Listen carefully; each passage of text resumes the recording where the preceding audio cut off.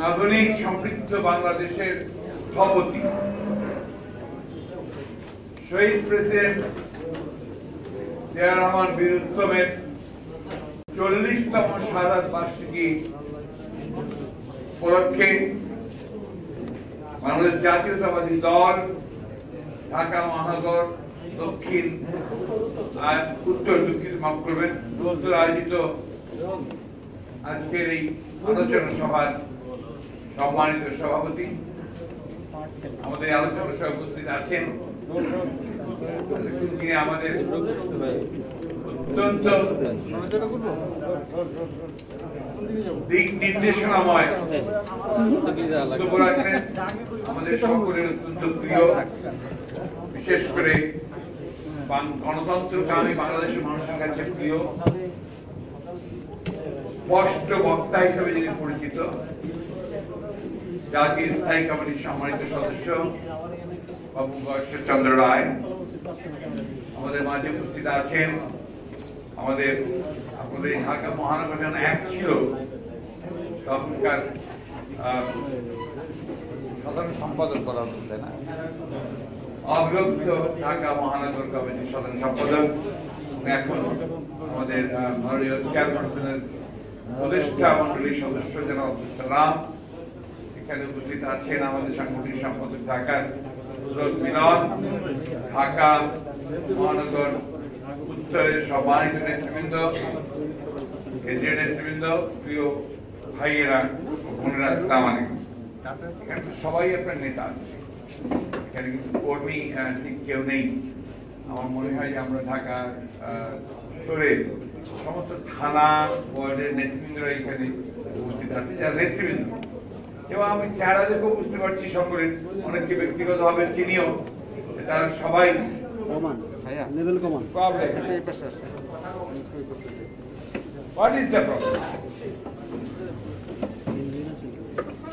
কারণ আমরা চিনিতে সবাই। ভাই আপনি এক কাজ করেন, আপনি করেন কথা বলার সময় ডিস্টারবেন্স হয়তো হয় করেন না যান, তাহলে আমি তারপরে শুরু করি। ঠিক আছে, ঠিক আছে।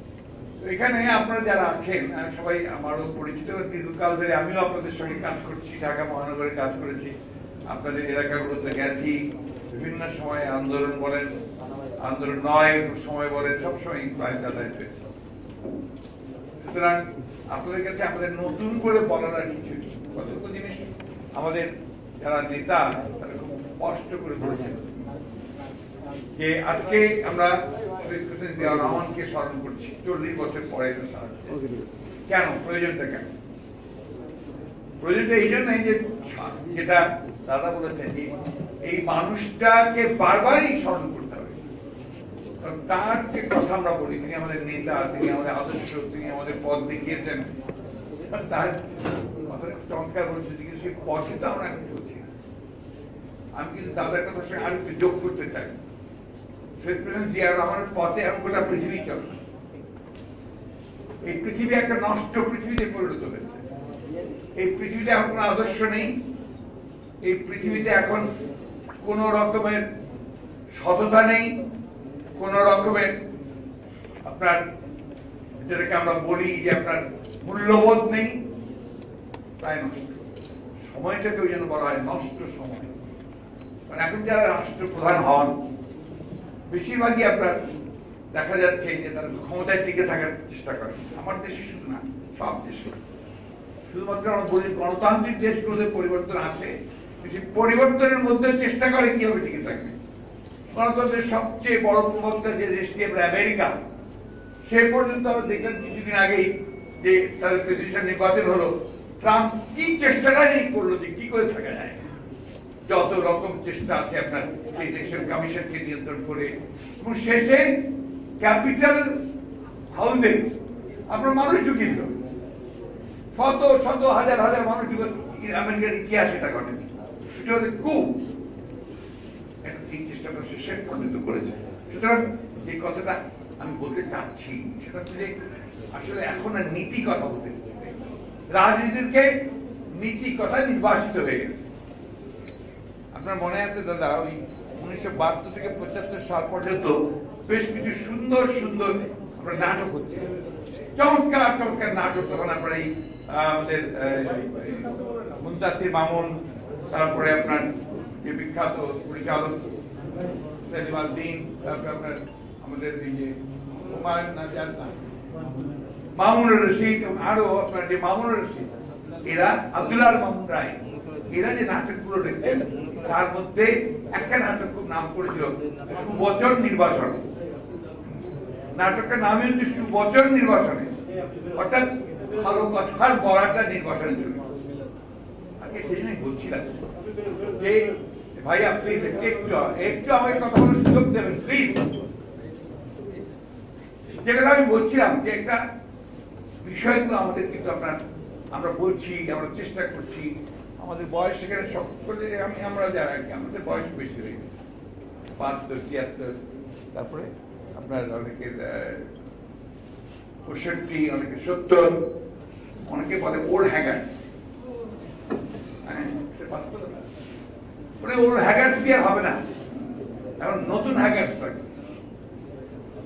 হ্যাগার্স কথার অর্থটা খুঁজে বার করবে।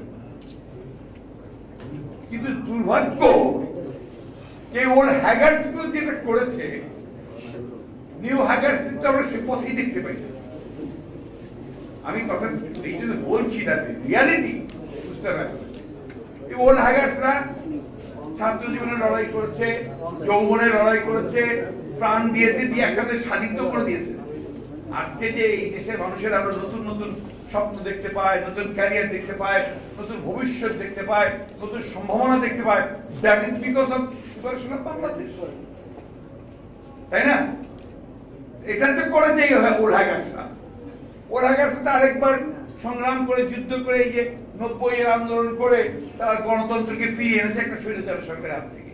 আরেনি নিউ হ্যাগার্সরা কি করেছে আমি কথা জোর দিয়ে বলতে চাই, জোর দিয়ে বলেছি। গতকালও ওই প্রশ্ন আমি জিজ্ঞেস করেছিলাম, অনেকে বলে আন্দোলন দেন, আন্দোলন দেন, আন্দোলন দেন। আন্দোলন দেনি কোন দিন?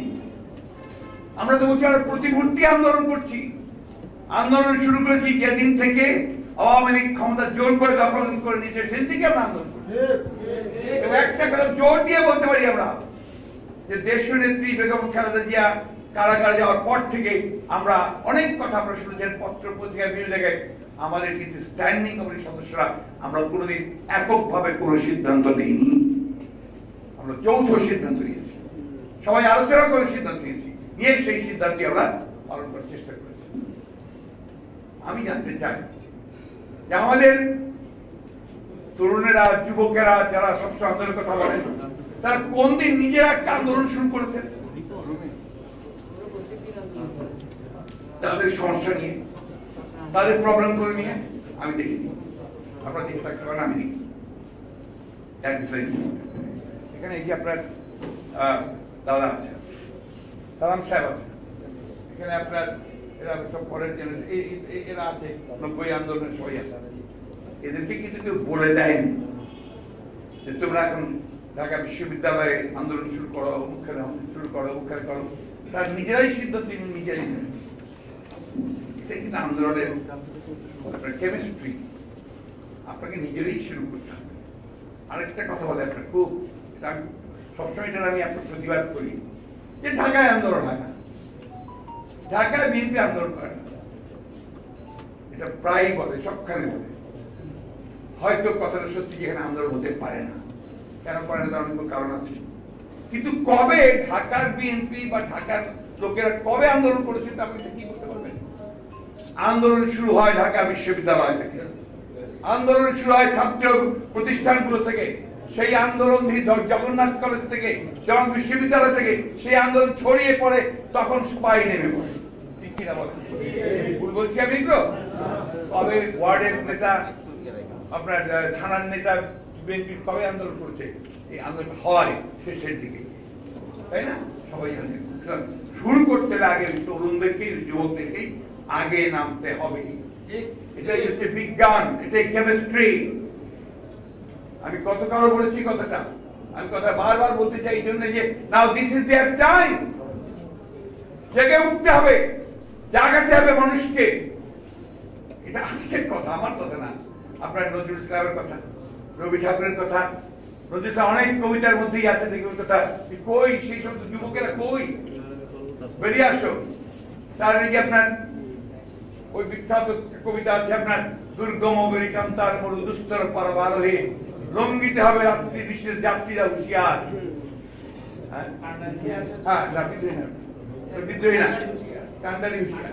ওইখানে একটা কথা আছে, কে আছো জওয়ান হও আগুয়ান, আঁকিছে ভবিষ্যৎ, তুফান ভারী দিতে হবে পারি, দিতে হবে তরি পার। এটাই ইতিহাস, এটাই সাহিত্য, এটাই বিজ্ঞান। আমরা আছি, আমরা মৃত্যু আছি, লড়াই করছি, সংগ্রাম করছি, এখনো জেলে যাচ্ছি, এখনো আপনার সমস্যার মধ্যে পড়ছি, মামলা খাচ্ছি, মামলায় হাজিরা দিচ্ছি, আমরাও দিচ্ছি। 100 টাকার উপরে মামলা আমাদের সামনে। ওনার বৌমা নিপুণ এখন পর্যন্ত বেরোতেই পারেনি, 3 মাস বেশি হয়ে গেল বোধহয়, এখন পর্যন্ত কারাগারে। আমাদের পিন্টু ভাই 14 বছর ধরে কারাগারে আছে, অনেকেই এখনো কারাগারে আছে। কেন? নিজের জন্য, নিজের কারণে, তাই রাজনীতির কারণে। শহীদ প্রেসিডেন্ট জিয়া রহমান ওইখানেই প্রাসঙ্গিক। শহীদ প্রেসিডেন্ট জিয়া রহমান যখন 1971 সালে 25শে মার্চের পরে যে স্বাধীনতার ঘোষণা দিলেন, তখন কিন্তু তিনি কোনো রাজনীতির সঙ্গে জড়িত ছিলেন না। তিনি একটা সুশিক্ষিত, সুপরিকল্পিত, ডিসিপ্লিন আর্মির একজন অধিনায়ক ছিলেন, একজন একেবারে আপনার লোয়ার র্যাঙ্কিং একজন অফিসার। তিনি দেখলেন যে আর দেরি করলে, আর যদি আমি দেরি করি, কয়েক বছর দেরি করি, তাহলে আমার সমস্ত সৈন্যরা নিহত হবে, আমার অধীনে যারা আছে সমস্ত বাঙালিরা তারা নিহত হবে। একদিকে সমগ্র বাংলাদেশের মানুষ তখন অন্ধকারের মধ্যে একেবারেই আপনার দিশাহারা হয়ে গেছে যে আমরা এত কিছু করলাম কিন্তু নির্দেশ তো পেলাম না কোনো। তখন ওই অখ্যাত মেজর তিনি কালুরঘাট মেজর কেন্দ্র থেকে বলে উঠলেন, উই রিভল্ট, আমরা স্বাধীনতা ঘোষণা করছি, আসুন আমরা যুদ্ধে নেমে। এটা কেউ অস্বীকার করতে পারবে না। রহমান সাহেব তার নিজের লেখা বলছেন, লেখাটা হচ্ছে আমার রাজনীতির রূপরেখা। এখানে তিনি বলছেন 7ই দুঃখিত আপনার 26শে মার্চ নিয়ে, স্বাধীনতা ঘোষণা নিয়ে কোনো বিতর্ক নেই, কোনো বিতর্কের অবকাশ নেই। সেদিন প্রয়োজন ছিল জাতির প্রয়োজনে, আমি সেই প্রয়োজনে সেই ঘোষণা দিয়েছি, এটাই হচ্ছে গেলে। সেটা সবাই স্বীকার করে, যত লেখক আছেন, ঐতিহাসিক আছেন, প্রত্যেকে বলেছেন যে হ্যাঁ জিয়া রহমান ঘোষণা দিয়েছিলেন। এমনকি তাজউদ্দিন সাহেব, আপনার প্রধানমন্ত্রী, আপনার প্রবাসী সরকারের, তিনি তার যে ইশতেহার ঘোষণা করলেন, সেখানে তিনি পরিষ্কার করে বললেন যে মেজর জিয়া স্বাধীনতার ঘোষণা দিয়েছে। যুদ্ধ চলছে, এই তো অস্বীকার করার কোনো পথ নেই। ওরা অস্বীকার করতে চায় কেন জানেন? এরকম হয়, মানুষ তো আমাদেরকে বিশ্বাস করে না। আমরা তো মানুষকে প্রতারণা করেছি আগে বহুবার, তো এই কথাগুলো না বলে তো আমরা টিকে থাকতে পারবো না। এই বিতর্ক তো কোনোদিন আসতো না যদি তারা এই বিতর্ক সৃষ্টি না করতো, অনেক না করতো। শেখ মুজিবুর আমাকে আমরা খাটো করতে চাই না, আমরা সবসময় বলি, সবসময় বলি যার যেটা প্রাপ্য থাকে আমরা সেটা দিতে চাই। খাটো তারা করছে, বিতর্কিত তারা করে ফেলছে শেখ মুজিবকে। শেখ মুজিবের বিরুদ্ধে আজকে অনেক অনেক কথা বলে, লোককে কেন বলতে হয়?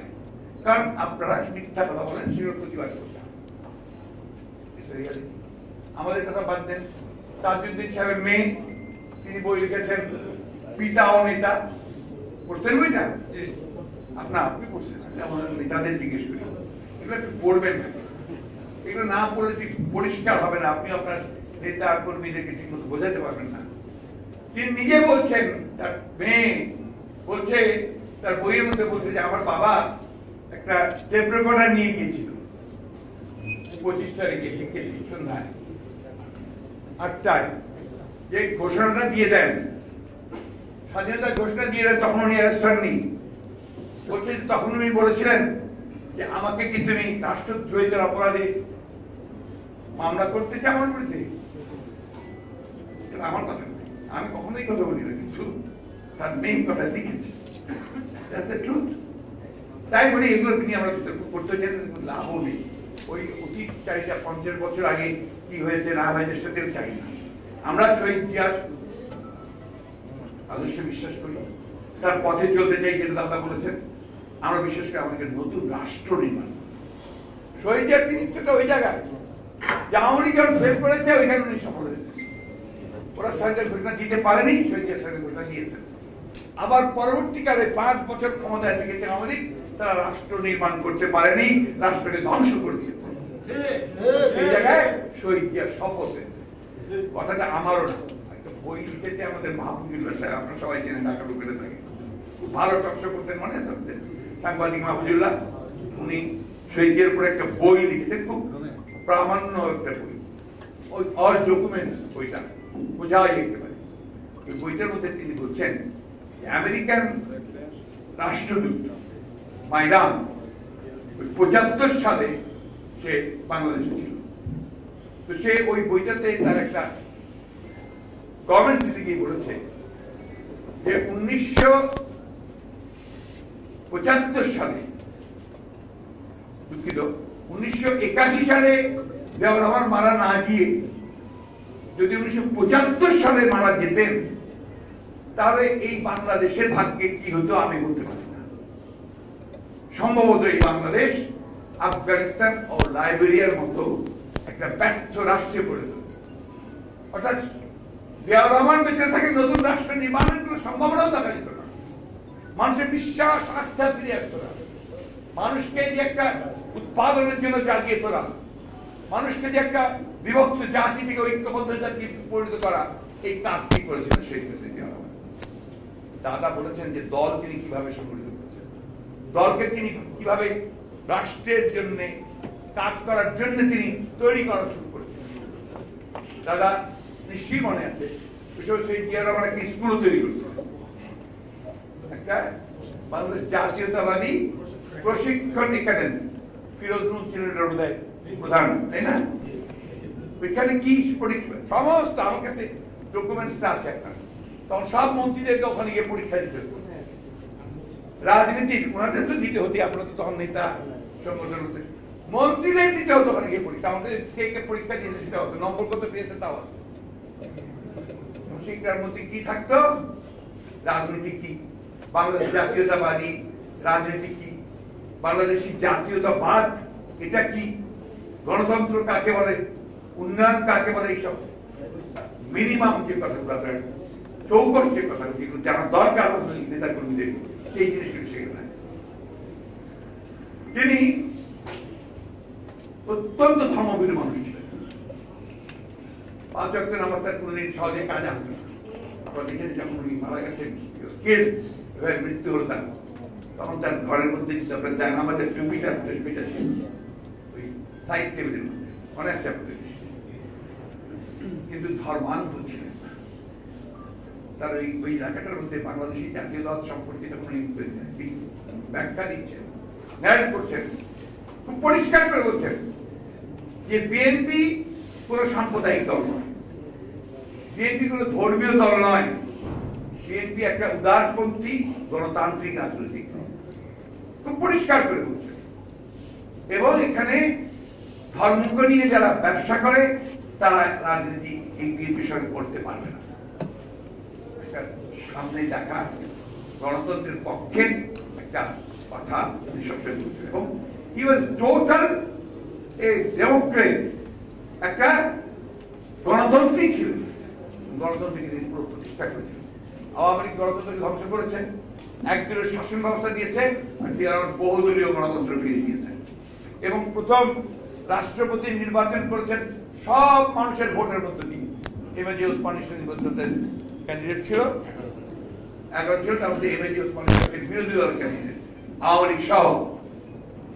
এরা অনেক সময় বলে জিয়াউর রহমান নাকি আপনার শেখ মুজিবুর রহমান খুনের সঙ্গে যুক্ত, বলে না, প্রায় বলে। তো শেখ মুজিবের হত্যার পরে ক্ষমতায় কে বসল? মোস্তাক কে ছিল? শেখ মুজিবের ক্যাবিনেটের মেম্বার, অর্থাৎ he was the second man of Sheikh Mujib. এবং শুধু খন্দকার মোস্তাক না, 19 জন আওয়ামী লীগের বড় নেতা তার মন্ত্রী ছিল। ঠিক না, ইতিহাস ঠিক না, ইতিহাস। এবং আপনাকে কথা বলি, তারপরে শহীদ প্রেসিডেন্ট জিয়াউর রহমান যে পার্লামেন্ট তৈরি করলেন, প্রথম পার্লামেন্ট আফটার 75, সেই পার্লামেন্টে শাহজির রহমান ছিলেন তখন আপনার প্রধানমন্ত্রী, আর আসাদুজ্জামান সাহেব আওয়ামী লীগের আপনার বড় নেতা, তিনি ছিলেন লিডার অফ দি অপোজিশন, বিরোধী দলের নেতা। তো প্রথম দিনই পার্লামেন্ট আমাদের জানা দরকার। প্রথম দিন পার্লামেন্ট শুরু হলো, প্রথমে থাকে প্রেসিডেন্সিয়াল বক্তৃতা, প্রেসিডেন্টের বক্তৃতার পরে পরই আসাদুজ্জামান সাহেব পঞ্চমহলে দাঁড়ালেন, দাঁড়িয়ে বলেন, মিস্টার স্পিকার, আপনার মাথার উপরে জাতির পিতা বঙ্গবন্ধুর একটা ছবি ছিল, এটা গেল কোথায়? এটা আপনারা শুনিয়েছেন। সুতরাং এটা না লাগানো পর্যন্ত আমরা এই পার্লামেন্ট বর্জন করলাম, ওটা বেরিয়ে গেল। স্বাভাবিকভাবে আপনি বুঝতেই পারেন যে বিরোধী দল নাই, সেই পার্লামেন্ট দল চেষ্টা করে, তখন তো লাগানোর দরকার নাই, চেষ্টা করেছে সবাই মিলে যে কি করে তাদেরকে ফিরিয়ে আনা যায়।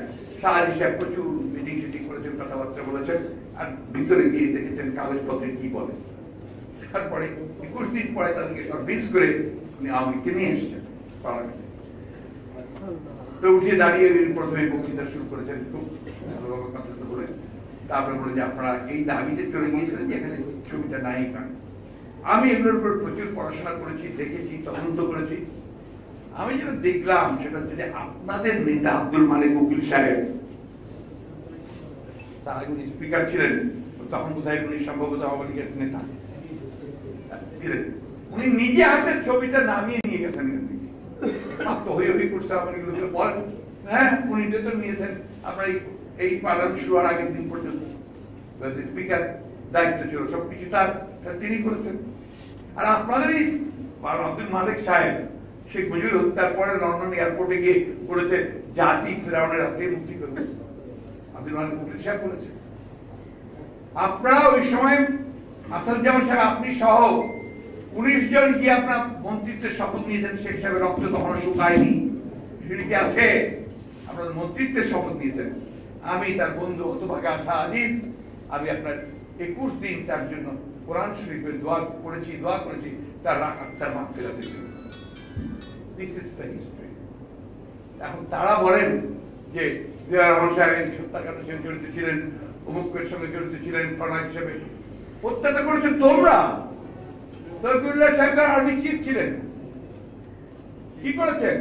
গিয়ে স্যালুট করেছেন খন্দকার অবস্থাকে, গিয়ে স্যালুট করে আপনি সমস্ত আস্থা জ্ঞাপন করেছেন, আনুগত্য স্বীকার করেছেন। আপনি নন, এয়ার চিফ রেখে খন্দকার এবং আপনার নেভার চিফ, তিনজন গিয়ে এখন বলেন যে আমরা আপনার বিএনপি এটার সঙ্গে জড়িত। জিয়াউর রহমান সাহেব মিথ্যা বলে, ইতিহাসকে বিকৃত করে কোনোদিন সত্যকে চাপা দেওয়া যায় না।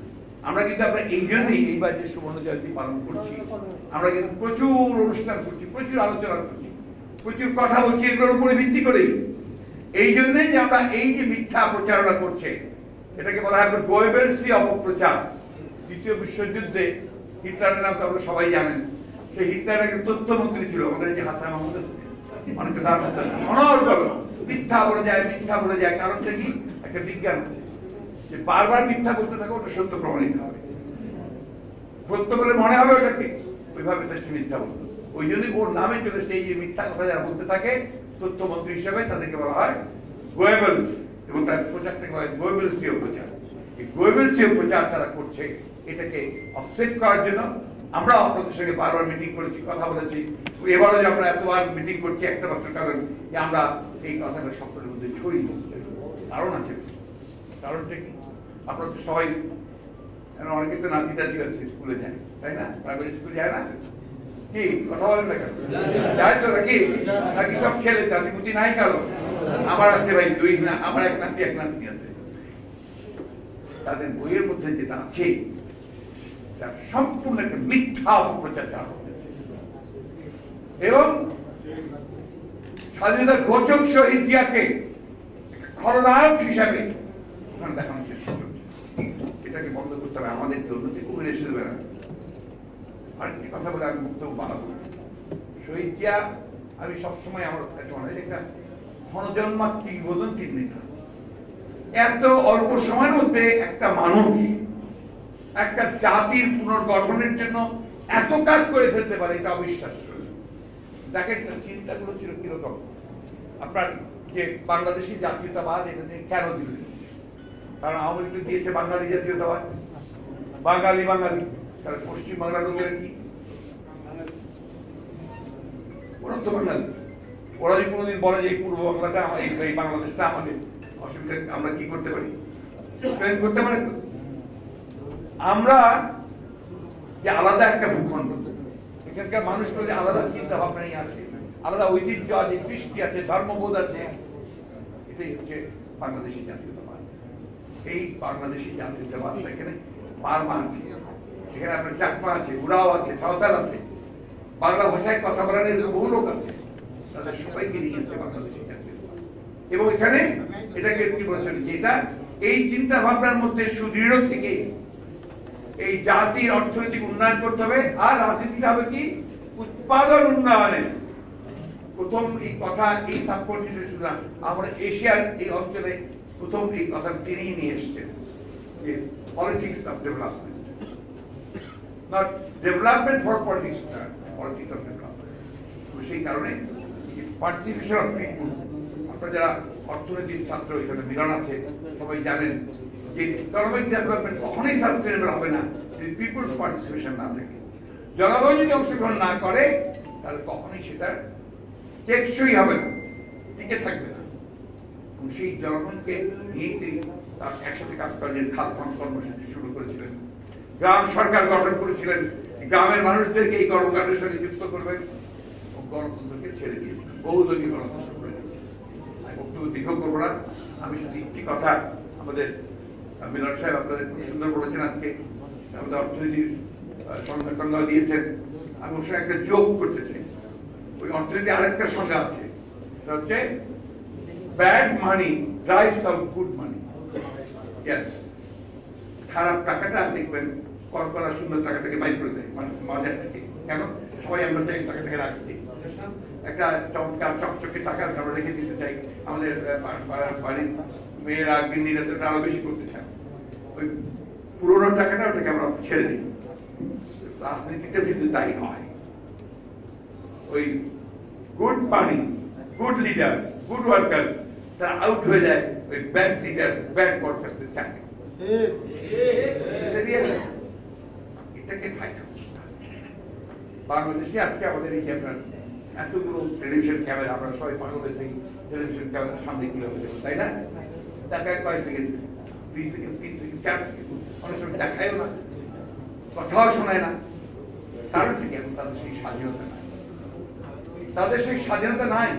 এই স্বাধীনতা শেখ মুজিবুর রহমান একবার কেড়ে নিয়েছিলেন 1975 সালে বাকশাল সৃষ্টি করার মধ্য দিয়ে। 16 জুন আসতেছে সামনে, 16 জুন। এই 16 জুনে কালো দিবস বলা হয় সাংবাদিকদের ক্ষেত্রে, কারণ সমস্ত পত্রিকাকে নিষিদ্ধ করে দেওয়া হয়েছে, কারণ সমস্ত সাংবাদিকের চাকরি চলে গিয়েছিল। আজকে আমরা এখন বলছি যে এই করোনার কালে অনেকে চাকরিচ্যুত হয়েছিল, তখন বাকশালের কারণে সাংবাদিকরা চাকরিচ্যুত হয়েছিলেন। তো নামি দামি সাংবাদিকরা ওই আপনার বাইতুল মোকাররমের সামনে গিয়ে হকারি করতো, টুপি বিক্রি করতো, ফল বিক্রি করতো। এটা অনেকের মনে থাকতে পারে, অনেকের মনে না। দুর্ভিক্ষ হয়েছিল, মানুষ কোনোদিন এটা দেখেনি। আমাদের এই দেশের মানুষ, তারা দেখেছে মানুষ না খেতে পেয়ে মারা যায়। আপনার বাসন্তী কুড়িগ্রামের যে একটা যে শাড়ি পরে লজ্জানি করেন, কোনো সেটা করতে পারে না, মাছ ধরার জাল দিয়ে লজ্জানি করে। আমার না পত্রিকায় ছবি উঠেছে বড় বড়। সেই জন্যই বলি যে এত মিথ্যা প্রচারণা করবেন না, এত মিথ্যা কথা বলবেন না। আর যেটা সালাম ভাই বলেছেন যে কাদের সাহেব বলেছেন যে বিএনপি নাকি গণতন্ত্র হত্যা করেছে। আরে বিএনপি গণতন্ত্রকে ফিরিয়ে দিয়েছে বারবার, একবার না।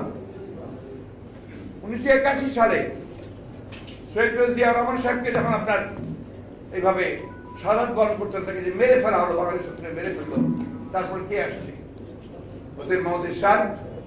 তখন আপনারা কি বলেছেন? উই আর নট আনহ্যাপি, আমরা খুশি নই, তখন বলেছেন আপনি বলেছেন।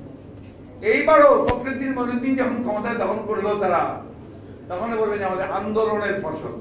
মনে আছে আপনাদের? কে, হু ইজ রেসপন্সিবল? কারা আপনার এটা করছে? গণতন্ত্রকে বারবার হত্যা করছে কারা? আর আজকে গণতন্ত্রকে হত্যা করলো কে? যে সংবিধান 1972 সালে আপনাদের দ্বারা তৈরি, সেই সংবিধানকে কেটে চুরে সর্বশেষ করে দিয়েছে কে? আওয়ামী লীগ। আপনারা যে তত্ত্বাবধায়ক সরকারের জন্য আপনারা 173 দিন হরতাল করলেন, লগি বৈঠা দিয়ে আপনার মানুষকে মারলেন, বুকের উপর নেচে নাচলেন উঠে, সেই তত্ত্বাবধায়ক সরকারকে কে সরাবো? আওয়ামী লীগ। শেখ হাসিনা প্রধানমন্ত্রী মানুষের অধিকারটাকে কেড়ে নিলেন, যে মানুষকে ভোট দিয়ে একটা সরকার নির্বাচন করবে গণতান্ত্রিক উপায়ে, সেই অধিকারটাই তো এখন নাই। এখন কি হয়েছে? শান্তিপূর্ণভাবে ক্ষমতা হস্তান্তরের পথ বন্ধ হয়ে গেছে। হয়নি বন্ধ? এটা মাথার মধ্যে ওদের রাখতে হবে। আমি আবার বলছি, তাদেরকে আহ্বান করছি যে তত্ত্বাবধায়ক সরকারের বিধান আবার আনুন। তারা শান্তিপূর্ণভাবে ক্ষমতা হস্তান্তরের পথ রুদ্ধ হয়ে গেছে, সেই রুদ্ধ করবেন না। তার পরিণতি গোটা বিশ্বের জানা। গণতান্ত্রিক উপায়ে নির্বাচনের মাধ্যমে, জনগণের ভোটের মাধ্যমে সরকার পরিবর্তন করতে হবে। তা না হলে এর রেজাল্ট খুব খারাপ, এর পরিণতি খুব খারাপ। বন্ধুগণ, বক্তব্য দীর্ঘ করবো না। আপনারা অনেকক্ষণ বক্তব্য শুনেছেন। আমি শুধু আপনাদের কাছে এই আবেদনটুকু রাখতে চাই। শহীদ জিয়া হচ্ছে আমাদের বাতি ঘর।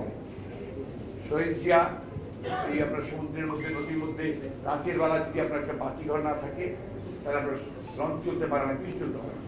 সেই বাতি ঘর, সেই বাতি ঘরের দিকে শহীদ জিয়াকে আমাদেরকে সবসময় লক্ষ্য রাখতে হবে। শহীদ জিয়াকে, তার কথাকে, শহীদ জিয়া তো আমি পারবো না, শহীদ জিয়ার আদর্শ, তার চিন্তা, তার ভাবনাগুলোকে ছড়িয়ে দিতে হবে। একটা কথা দাদারা সবাই বলেছেন, সবাই বলেছেন, তার কিংবদন্তির মতো, গল্পের মতো, রূপকথার মতো মনে হয়, তার সততা রূপকথার মতো। এইরকম দেখা যায় না। আপনারা তার বইয়ের, ওই বইয়ের মধ্যে পড়বেন, অফিসিয়াল বইয়ের মধ্যে, যা কিছু বিদেশ থেকে উপহার পেতেন রাষ্ট্রপ্রধান, সরকার প্রধানদের কাছ থেকে, ম্যাডাম পেতেন, বা আমাদের এখনকার আমাদের চেয়ারম্যান তারেক রহমান সাহেব পেতেন, সব তো সরকারে জমা দিতে হতো। এভরিথিং। একটা জিনিস উনি রাখতে দিতেন না, কারণ এটা আমাদের ব্যক্তিগত নয়, এটা রাষ্ট্রপতি, রাষ্ট্রপতির স্ত্রী সন্তান হিসেবে আমরা এটা পেয়েছি। তো it is the property of the state. ওই যে ছেঁড়া সুটকেসের কথা বলে না, সত্য কথা। গেঞ্জি, সত্য কথা। সাফারি কোট, স্যুট, একটাই সত্য কথা।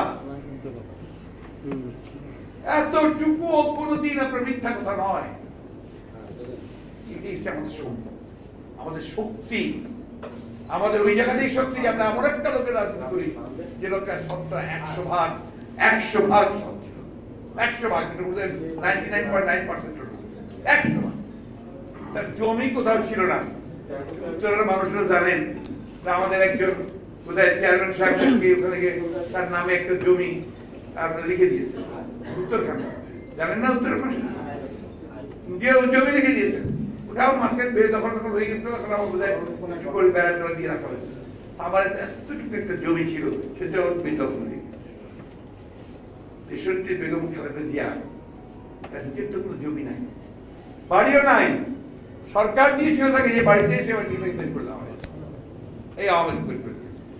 এখনো যে বাসায় থাকেন, ভাড়া বাসায় থাকেন, আর যে বাসাটা তার আছে সেটাও সরকারেরই দেওয়া বাসা, নিজের না। এটা হচ্ছে দেশনেত্রী বেগম খালেদা জিয়া এবং আমাদের নেতা শেখ জিয়াউর রহমানের এই হচ্ছে আমাদের নীতি, আদর্শ। আমরা, তারা শুধু কথা বলেননি, মুখে বলেননি, তারা কাজ করেছে, ওইভাবে দেখিয়েছে। যাই হোক, আমি অনুরোধ করব বইগুলো পড়বে। বেগম জিয়ার উপরে একটা বই আছে, দেশনেত্রী বেগম খালেদা জিয়ার উপরে, শহীদ জিয়ার উপরে বই আছে, এবং আমি যেটা বললাম যে আমাদের রাজনীতির রূপকথা, রূপরেখা, এই বইটাও আপনারা পড়বেন। এগুলো না পড়লে আমরা তাকে জানতে পারবো না, রাজনীতিতে বুঝতে পারবো না। আরেকটা কথা বলে শেষ করব যে আমাদের মধ্যে অনেকেই কি ভাই কিছু হবে, এইটা যখনই মনে করবেন তখনই বুঝবেন যে আপনি শেষ। আমাদের ভারপ্রাপ্ত চেয়ারম্যান সাহেব একটা স্লোগান দিচ্ছেন না, যে ভয় পেলেই শেষ, যদি তুমি ভয় পাও তাহলে তুমি শেষ, আর তুমি যদি দাঁড়াও বাংলাদেশ। আমি আপনার রবি ঠাকুরের একটা রবি ঠাকুরের ভক্ত মানুষ, আমি প্রায় দু একটা কবিতা দিয়ে তার কথাগুলো শেষ করতে চাই করিও, যে উনি একটা কবিতাই আছে, নামটা হচ্ছে দুঃসময়। কবিতার নামটাই হচ্ছে দুঃসময়। দুঃসময়, খারাপ সময় এখন যেটা চলছে। কি মনে হয় চারদিকে অন্ধকার, মনে হয় কুল নাই, কিনার নাই, ঠিক মনে হয় না? উনি ওনার কবিতার মধ্যে তাই দিচ্ছেন, যদিও সন্ধ্যা আসিছে মন্দ মন্থরে, ধীরে ধীরে সন্ধ্যা আসছে, সব সঙ্গীত গেছে ইঙ্গিতে ঠান্ডা, সব গান বন্ধ হয়ে গেছে, চারদিকে পাখির ডাকও প্রায় বন্ধ হয়ে গেছে, তবু বিহঙ্গ এ পাখি তুমি পাখা বন্ধ করো, এ বিহঙ্গ তবু বিহঙ্গ রে বিহঙ্গ মোর, এখনই অন্ধ বন্ধ করো না পাখা, তুমি পুরানোটা বন্ধ করো না, উড়ে যাও, সেখানে তুই পৌঁছবেই, ধীরে পৌঁছবেই, তোমার ঘরে তুই পৌঁছবে। এই কথা মনে না রাখলে আমরা মরে যাব। একটা মানুষ মরে যায় কখন? যে যখন সব আশা হারায়, এই হোপ কি আমার থাকে, একজন শক্তি আপনাদের মনে রাখতে হবে। এই দেশের ৯৭ লোক আপনাদের পক্ষে আছে। যেখানে যাবেন, যেখানে যাবেন, আপনাকে আমি অনেক সময় নাই, আমি এখানে দেখাতে পারতাম যে একটা রিক্সাওয়ালা কি বলছে, একজন আপনার ঠেলা গাড়ি চালায় সে কি বলছে, একজন যে আপনার গাইবান্ধাতে সবজি বিক্রি করে সে কি বলছে। একটা মানে আপনার বানানো নয়, তাদের মনের কথাগুলো তারা বলছে। যে সরকার আমাদেরকে কি দেখবে, তো নিজের দেখেই কুল কিনারা পায় না, আমাদেরকে তো দেখে না। আজকে আমরা হাজার হাজার কোটি টাকা আপনারা আজকে মেগা প্রজেক্ট করছেন, মেগা প্রজেক্টে পাঠাচ্ছেন। এই যে আজকে ৭ তলা বস্তিতে পুড়ে গেল, তাদের জন্য কেউ কোনো প্রজেক্ট তৈরি করে। আজকে এখানে আমার বাংলায় যদি বাংলায় থাকে, যদি বাংলায় ওদের টাকা প্রথম আমি দুঃখিত, ওই তখনকার সময়কার মানুষটা আমরা দৈনিক বাংলাটা প্রায় আসে। প্রথম আলোতে কি বলছে, টাকা পাচার ঠেকানো যাচ্ছে না, এইরকম তীব্র গতিতে জোরে আমরা সব চুরি করছে, টাকা পাঠাচ্ছে, ঠেকানো যাচ্ছে। কথাগুলো আপনার আমার না, ওদের ওদের যে আপনার ইয়ে আছে না, আপনার ইয়ে অর্থমন্ত্রী না, এটা হচ্ছে আপনার সিএম তাদের গৃহপালিত অপোজিশন, সে বলছে টাকা পাচার ঠেকানো যাচ্ছে জানি না, কিন্তু একটা কথা আমি বলতে পারি, আমরা জয়ী হবই। যে জাতি দীর্ঘকাল ধরে স্বাধীনতার জন্য লড়াই করছে, হাজার বছর ধরে, ভুলে যাই আমরা যে তিতুমির, আপনার সূর্য সেন, শেরে বাংলা ফজলুল হক সারওয়ার্দী, আমাদের হামিদ খান ভাসানী, আমাদের হাজার হাজার ছেলে মারা গেছে, গুম হয়ে গেছে, বৃথা চলে যাবে? বৃথা যেতে পারে না, এই বৃথা যাবে না, ইনশাআল্লাহ আমরা জয়ী হবই। সেই জন্য আমাদেরকে সামনের দিকে এগোতে হবে। এই যে উত্তর মহানগর, তাদেরকে অনুরোধ করতে চাই, শুধু পদ পদবীর জন্য দৌড়াবেন না, কমিটি হয়ে গেল হারাই যাবেন না, ইনশাআল্লাহ বলছি আমরা কিন্তু হারাই যাই, হারাই যেন না যাই, এবং আমরা যেন চেষ্টাটা করি, সর্বশক্তি দিয়ে চেষ্টা করি, বাকি তো সব পুনার হাতে, উপরের হাতে, কিন্তু আমরা বিশ্বাস করি যে আমরা সঠিক পথে থাকলে, ঠিক পথে থাকলে বিজয় আমাদের অনিবার্য। ধন্যবাদ সকলকে। আসসালামু আলাইকুম।